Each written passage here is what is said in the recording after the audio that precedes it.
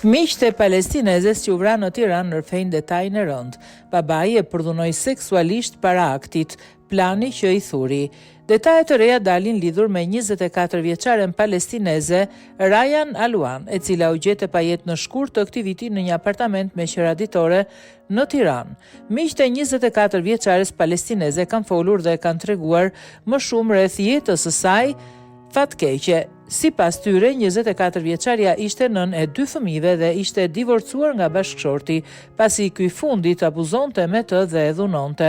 Udhëtimi i fatkeq që solli dhe largimin e saj nga kjo botë, duket se e kishte startin në dëshirën e një nëne për të takuar 2 fëmijët e saj, të cilët pas divorcit jetonin me tatin, rregull ky i ligjeve të Libanit.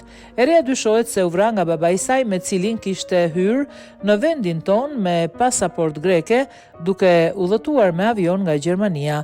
Ata ishin prezantuar si bashkëshort, por më pas u zbuluan se ishin babe bi.